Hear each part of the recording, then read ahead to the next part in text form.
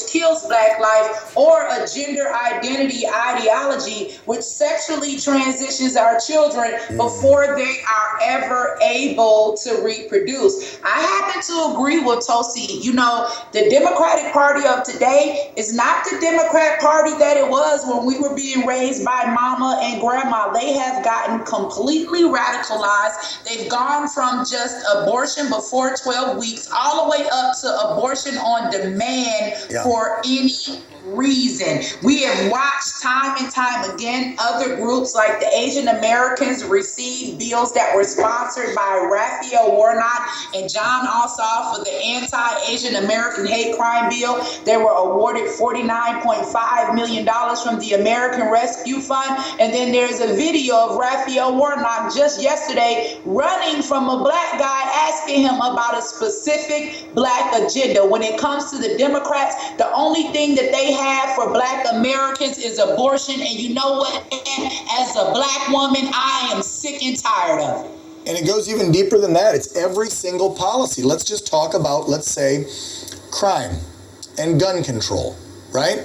We don't want people to have guns. We got to get them off the streets. They're making it harder for people to get guns. And then also the defund the police, got to add that in there. The woke prosecutors that don't prosecute. Which communities are seeing the biggest spike in crime over the last 20 months during the Biden administration? You know. And which ones then are pretty much being let out to dry because you don't have cops patrolling the streets. They don't want that community to buy guns and defend themselves. But who takes the brunt of the crime when crime goes up? The Black community. And who's been causing no cops on the streets, woke DAs, and trying to stop gun purchases? Democrats. But they're keeping you safe, Angela. You know, that's so true. So I live here in Atlanta, and I was on the streets when the Rayshard Brooks shooting took place, and when the young lady, Sequoia Turner, 8-year-old child here in Atlanta, lost her life because police in that area were told to stand down when they allowed a radicalized group to take over a major intersection and control it with guns. Here we are here now with Joe Biden in the presidential office, the Democrats having control of the House and the Senate, and we're sending billions of dollars over to Ukraine to make sure that they're able to protect themselves from a war. But when it comes to 10 elders in a grocery store in Buffalo, New York, being shot dead, not disobeying the law, not running away from the police, you have a New York governor and show up and say, because of this, we're going to make sure that we take away guns. The Black community needs to wake up. You know that when slavery was in place, the reason why Blacks were slaves for so long is because they didn't have guns to protect themselves. We need to make sure that we are not voting against our own interests in this next upcoming election. Preach on. I love having a king on the show. I feel like I'm in church. You probably get asked this a lot, and I hate to go there, but I'm going to end the interview this way because I am actually interested. What do you think? And I'm sure you get it all the time being a king, but if MLK were here today, what do you think he would think of how the Democrat Party is operating and how they're treating the Black community? Final question to you.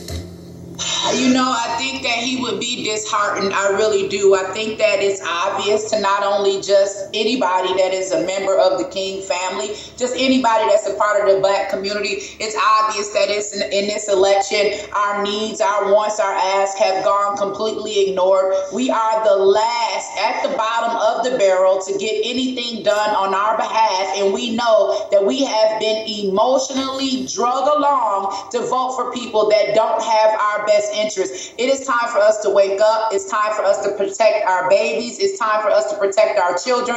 And it's time for us to protect our families. And I do believe that we're going to see a turnaround within the next 2 years. Got it. Amen. Amen. Your lips to God's ears. The show, America's Living Room with Angela Stanton King. Where do folks find it? Oh, yes, guys, you can catch us on TNTRadio.live each and every Saturday from 10 a.m. to 12 p.m. Eastern. We're global radio with over 6 million downloads a month. We are uncensored. This is where we gather each and every Saturday to discuss everything that's going on in America's living room. Tune in this Saturday. You got it. I will. Angela Stanton King, God bless you, dear, and the whole family. Take care.